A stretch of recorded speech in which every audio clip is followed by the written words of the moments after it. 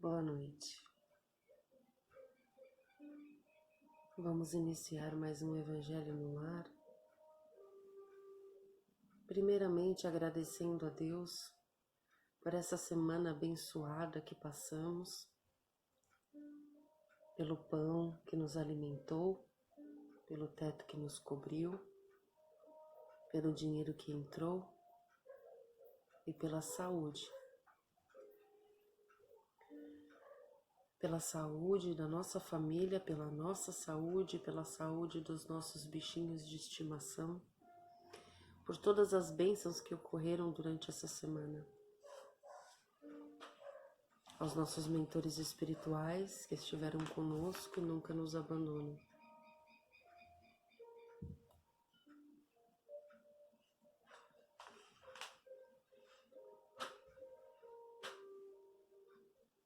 Pai nosso que estais no céu, santificado seja o vosso nome. Venha a nós o vosso reino. Seja feita a vossa vontade, assim na terra como no céu. O pão nosso de cada dia nos dai hoje. Perdoai as nossas ofensas, assim como nós perdoamos a quem nos tem ofendido. E não nos deixeis cair em tentação, mas livrai-nos do mal.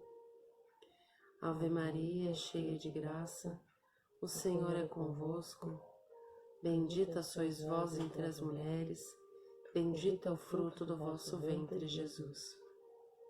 Santa Maria, Mãe de Jesus, rogai por nós, pecadores, agora e na hora do nosso desencarne. Que assim seja. Bom, antes de iniciar a leitura, eles estão pedindo para eu falar uma coisa muito importante.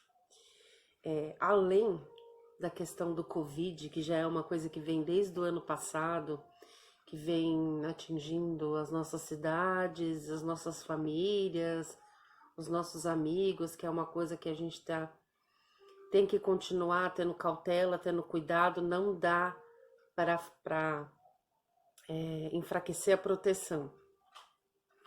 Todo mundo entrou o ano achando que esse ano seria diferente, mas infelizmente não está sendo. Nós temos que continuar tendo cautela, continuar nos cuidando. Só que tem, nesses dias que se seguem, um agravante.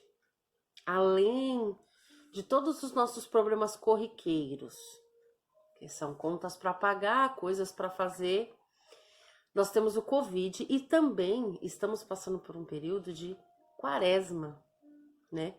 E a quaresma, ela é complicadinha espiritualmente, porque os espíritos, né, assim, menos desenvolvidos, que ainda desejam o nosso mal e tentam nos prejudicar, eles ficam, de uma certa forma, um pouco mais unidos. E essa união entre eles os fortalece. E aí eles conseguem nos atingir mais. Então, por isso que a gente acorda cansado, irritado, não tem paciência com nada, tem vontade de sair desistindo de tudo, de chutar tudo e de falar não quero mais, não aguento mais e jogar a vida pro alto e desistir de tudo. Isso é comum desse período do ano, mas a gente tem que ter paciência. Isso vai passar. São 40 dias e tá acabando. Mas a gente também tem que entender que existe isso, não é o normal que tá acontecendo, né? Então a espiritualidade está pedindo para quem tá ouvindo entender. Isso vai passar. Esse desconforto, essa ansiedade, não conseguir dormir direito, e quando dorme não consegue descansar, o dia parece que não rende, as coisas que você quer fazer parece que não dão certo. Isso é comum e a gente tem que ter paciência, tá? Primeira coisa que eles pediram para avisar. A Gi separou uma prece e eu vou fazer a leitura.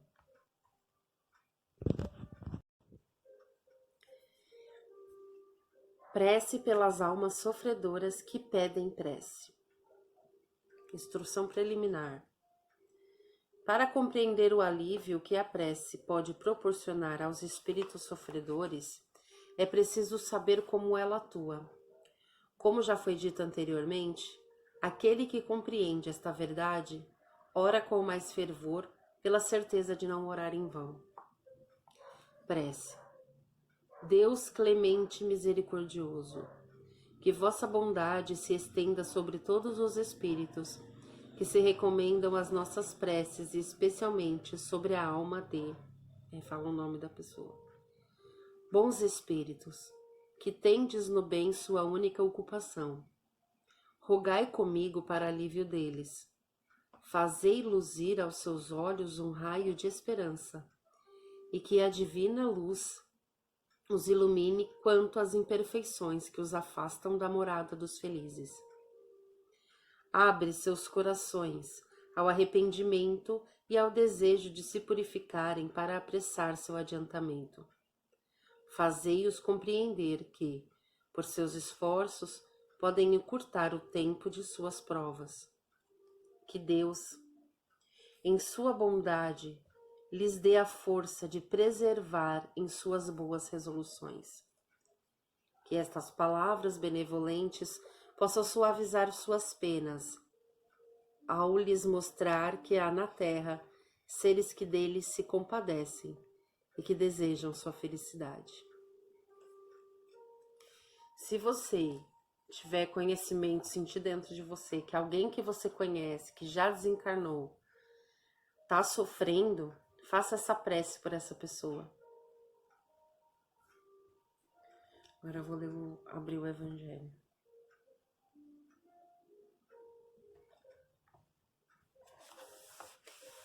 Capítulo 22.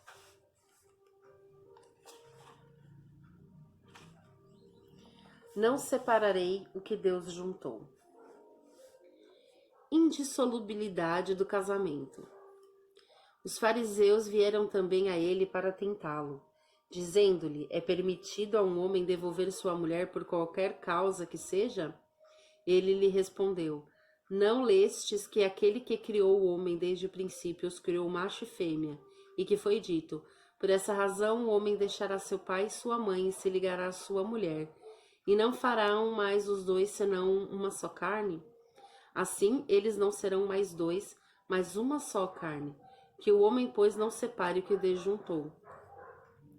Mas por que, pois, disseram-lhe Moisés, ordenou que se desse à mulher uma carta de separação e que fosse devolvida? Ele lhes respondeu: foi por causa da dureza do vosso coração que Moisés vos permitiu devolver vossas mulheres. Mas isso não foi desde o princípio.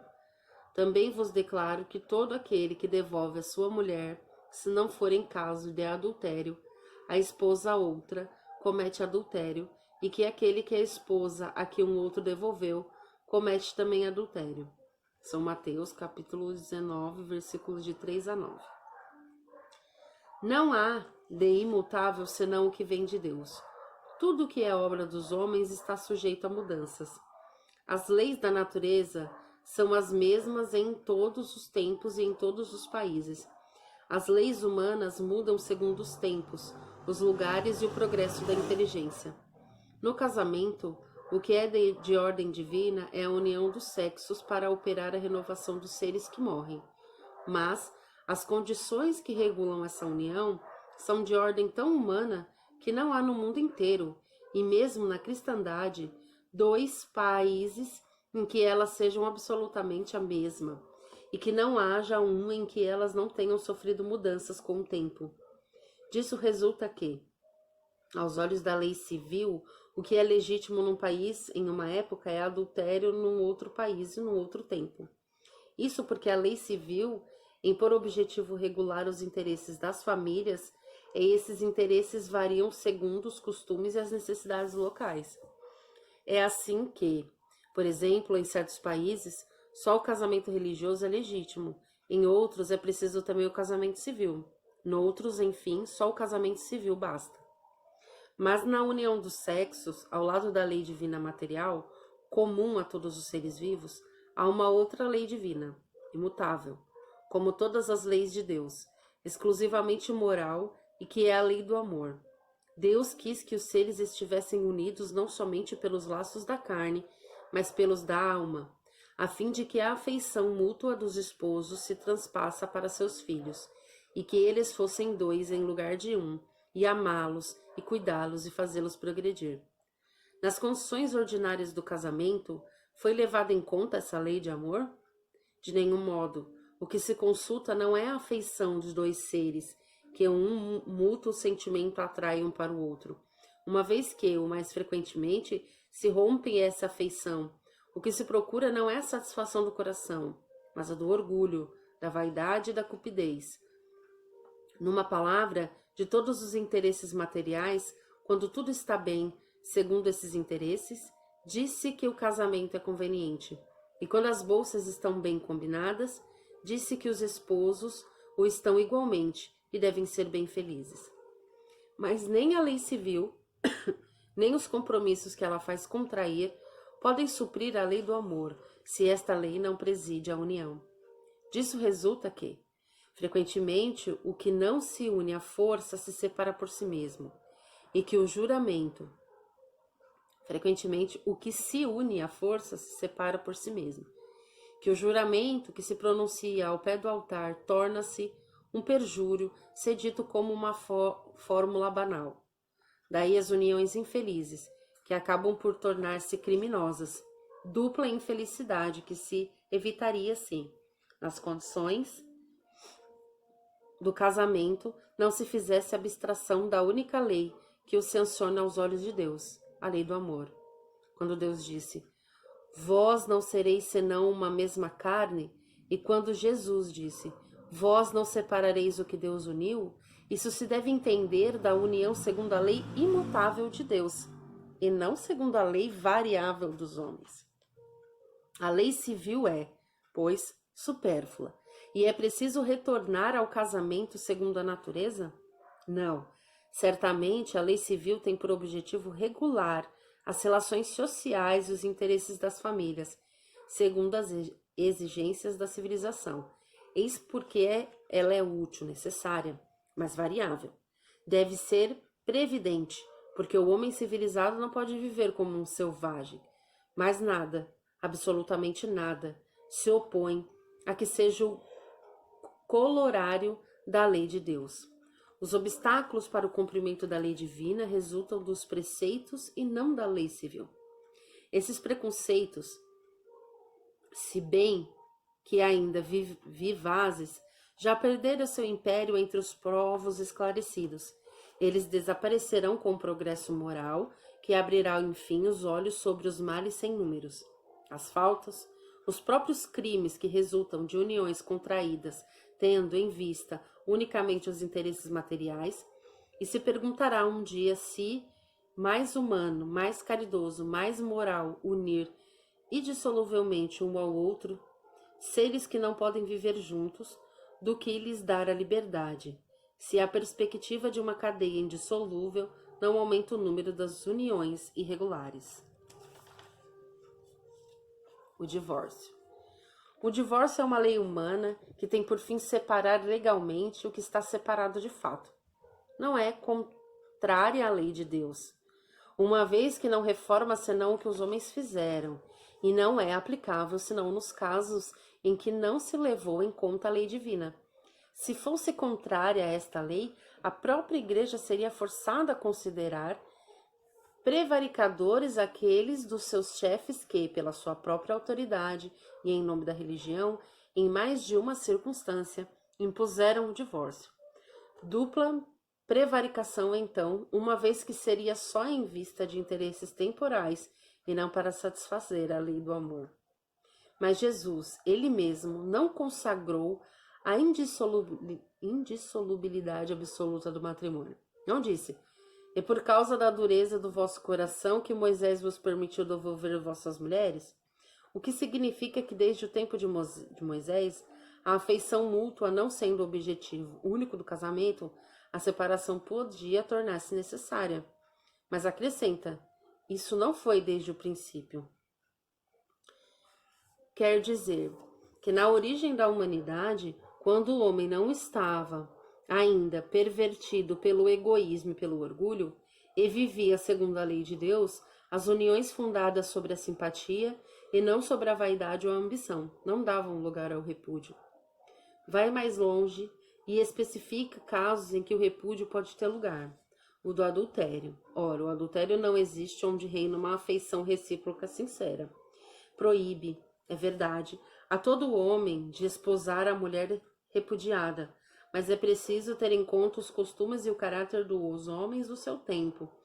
A lei mosaica, nesse caso, prescrevia a lapidação, querendo abolir um uso bárbaro.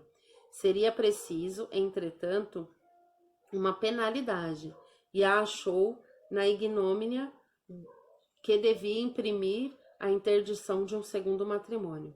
Era de alguma sorte uma lei civil, substituindo outra lei civil, mas que, com todas as leis dessa natureza, devia sofrer a prova do tempo.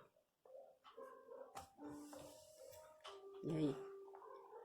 O que entendeu? Não, pode ir. Bom, aqui eles estão explicando que para os olhos de Deus não existe esse negócio de que divórcio é pecado, separação é pecado, não tem nada a ver. A lei de Deus é a lei do amor. Se duas pessoas se amam, elas podem ficar juntas e ponto final. Não tem essa de, você já foi casado, é divorciado, ou são pessoas do mesmo sexo, ou não. Aqui não tá dizendo nada disso. Só tá dizendo que a única lei que rege a nós, de Deus, a única lei de Deus perante nós, é a lei do amor. Ou seja, se duas pessoas se amam e querem ficar juntas, elas devem ficar juntas. Se elas se amam de verdade, elas não vão ter por que se separar. Se elas se amam de verdade, elas não vão se trair. Elas não vão cometer adultério. E elas podem ficar juntas e vão passar pelo que tiverem que passar. Agora, errado é você forçar uma pessoa a se casar com outra da qual ela não quer se casar. Isso é errado. Por quê? Porque se nem Deus obriga a gente a fazer nada, porque Ele nos deu o livre-arbítrio, quem somos nós para obrigar a outra pessoa a fazer uma coisa que ela não quer? Já começa por aí. Ninguém é obrigado a casar com ninguém. E também ninguém é obrigado a não se casar com uma pessoa que ama. Porque, como eu acabei de dizer, nós não temos o poder de obrigar ninguém a fazer nada. É que nem ele falou, então por que existem essas leis? As leis civis, como foi dito aqui, elas existem para que nós possamos ter uma boa convivência nas civilizações. Por exemplo, se eu sou casada num papel e acontece alguma coisa com a Gil ou comigo, nós temos direitos perante os olhos da lei. Se nós não somos casados no papel, esses direitos são reduzidos ou até mais complicado para adquirir. Mas é por uma questão disso. Porque para os olhos de Deus não tem nada a ver. Não, porque eu assinei um papel e eu fui até a igreja e o padre me abençoou. O meu relacionamento é muito mais abençoado por Deus do que o seu. Não tem nada a ver. Deus abençoa todos os seus filhos igualmente, ama todos igualmente, deseja a felicidade de todos igualmente. Estando certo ou estando errado, sendo bom ou sendo ruim. E Ele só quer que a gente seja feliz. É só isso que Ele quer. Você está feliz com a pessoa com quem você está? Você está feliz com o que você está fazendo? Ele não vai se preocupar com sexo, com aparência, com tamanho, com cor da pele, com nada disso. Agora, Deus fica triste quando Ele vê os seus filhos tristes. Quando Ele vê uma mulher, um homem, duas mulheres ou dois homens juntos e infelizes. Mas não querem se separar porque querem manter as aparências. Porque você é uma mãe solteira, porque você é uma divorciada. Isso daí já foi, gente. Nós não estamos mais nesse tempo de se preocupar com isso. A gente tem que buscar a felicidade. E às vezes a gente casa com alguém por amor, mas aí por causa de inúmeros acontecimentos o amor deixa de existir, e isso não significa que você tem que ficar com a pessoa para sempre. Se a sua felicidade não está mais naquela pessoa, vá atrás da sua felicidade. Para alguns a felicidade é estar com outra pessoa, para outros a felicidade é estar sozinho. Mas o que importa é ser feliz. Deus criou o homem e a mulher, e qual é o objetivo dessa junção? Reprodução. Tá? O homem e a mulher, eles precisam se unir geneticamente, não precisa ser em carne, graças à ciência, eles não precisam mais se unir em carne, mas ainda precisa de um traço genético de um e um traço genético de outro para poder gerar uma vida. Sem o DNA masculino, sem o DNA feminino, não se faz uma vida. Então, vamos supor, nós somos um casal de mulheres. Se amanhã a gente resolver ter um filho, a gente vai ter que procurar um espermatozoide para poder fazer isso. Não tem como não fazer, não usar para fazer. Mas até o fato de ter que ter o ato sexual para fazer isso já virou uma coisa sem sentido. A ciência já mostrou que não é necessário mais. Então, quando você vai se deitar com alguém, que seja porque você ame a pessoa, porque você gosta da pessoa e nada mais. Se você for se casar com alguém, que seja porque você ama essa pessoa e você quer passar os seus dias ao lado dela e nada mais. Não porque te impuseram, não porque disseram que é obrigação, não porque tá com medo do que a sociedade vai dizer. Porque a opinião da sociedade, ela importa até um certo ponto. Passando disso, a gente tem que se preocupar com a gente mesmo. E principalmente por achar que vai ser punido por Deus. Gente, isso não existe. Primeiro, porque Deus não pune ninguém. Eu já falei várias vezes isso pra vocês. Deus não pune ninguém. As coisas ruins que acontecem com a gente são as consequências dos nossos próprios atos. Então, se você se casar, se você é uma mulher e você se casa com um homem ou com uma mulher e você trai, você faz um monte de coisa errada, você vai colher o que você plantou. Seja depois com um homem ou com uma mulher. O sexo da pessoa não vai interferir. Se você é uma mulher e casar com um homem e fizer besteira, quando você se casar com outro homem ou com uma mulher, pode ser que você receba essas besteiras de volta, porque você vai colher o que você plantou. Ah, não, eu sou uma mulher e eu casei com uma mulher. Aí não deu certo. Aí pra me punir, eu me casei com um homem e Deus fez dar errado. Da onde que as pessoas tiram essas coisas? Não tem nada a ver. Se deu errado é porque fizeram alguma coisa errada. Você não colhe o que você não plantou. É impossível você plantar limão e colher uva. Não tem como. Então, mas eu acho que esse tema já tá bem esclarecido. As pessoas hoje em dia já são mais esclarecidas quanto a isso. Mas se alguém ainda tem alguma dúvida sobre isso, não tenha. Deus quer a nossa felicidade, independente de sexo, gente. Para Deus é uma coisa tão banal que ele não fica se preocupando com quem você faz sexo. Já começa por aí. Ele tem outras coisas mais importantes para se preocupar. Por exemplo, com a sua alma, o que você tá fazendo com ela. Ele não vai ficar se preocupando com quem você vai pra cama. Isso daí é muito pequeno para Deus ficar se preocupando. Isso daí é mais uma questão da sua consciência, do que você tá fazendo com o seu corpo, né? Do que você tá fazendo com os seus envolvimentos aqui na Terra, com as pessoas que cruzam o seu caminho, do que ele. A gente se preocupa muito mais do que isso do que ele. Para ele não faz a menor diferença se você tá indo pra cama com um homem ou com uma mulher. O que importa para ele é talvez os motivos que te levam a fazer isso. Porque se forem motivos vis, motivos assim, como que eu posso dizer? De perdição, motivo assim de bagunça, ele vai ficar triste porque não porque você tá fazendo o ato, mas porque você tá direcionando a sua alma num caminho que não vai ser bom para você. Não importa se você tava na cama com um homem ou com uma mulher. O que importa é que talvez aquele ato seja uma coisa tão desnecessária para você naquele momento, você tá buscando uma coisa que não vai te levar em lugar nenhum, e você tá levando a sua alma para perdição, para um caminho que não vai ser bom para você. É como um pai ver um filho fazendo algo errado, tipo entrando nas drogas ou qualquer coisa assim. O pai e a mãe tá preocupado com o quê? Com aonde aquilo vai levar ele. E é mais ou menos assim. Vamos parar de resumir o amor que Deus tem pela gente a coisas pequenas. Então não tem nada a ver. Isso daí é muito pequeno.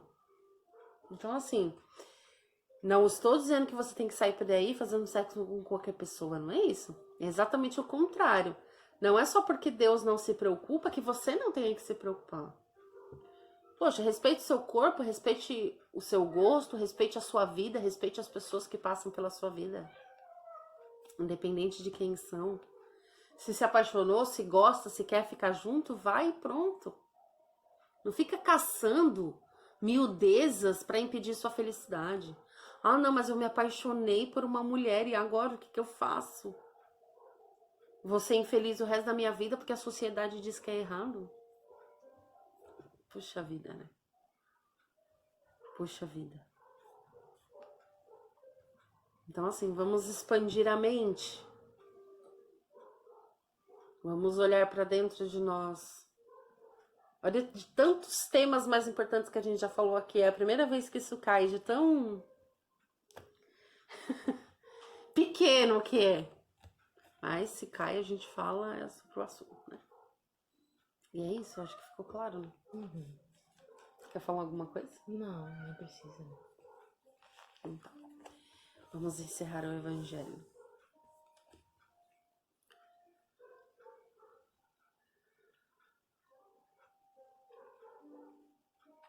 Vamos encerrar o evangelho agradecendo a presença de todos que vieram compartilhar conosco este momento, a todos os espíritos que escolheram esta reunião e esta casa para ouvir um pouco sobre a palavra de Deus. Agradecer aos nossos mentores espirituais que estão sempre presentes em nossas reuniões e no nosso dia a dia. Pedir para que eles continuem nos guiando, nos fortalecendo e nos iluminando. Pedir para que nosso Senhor Jesus abençoe a semana que se inicia, abençoando as nossas fontes de renda, o nosso ambiente de trabalho, a nossa casa, o nosso alimento, os nossos bichinhos de estimação, os nossos vizinhos, a nossa rua, o nosso bairro, cidade, estado, país e planeta. Pedir para que todos os corações aflitos durante esse período de quaresma sejam aliviados, recebam mensagens de conforto para dizer: vai passar, tá acabando, tenha só um pouquinho de paciência. É como um período de chuva em que o céu se escurece e a gente fica com aquela sensação de que o mundo vai acabar, mas depois que a chuva acaba, o céu limpa e fica lindo e vem aquela sensação de alívio e a gente respira fundo e fala: ai, já foi.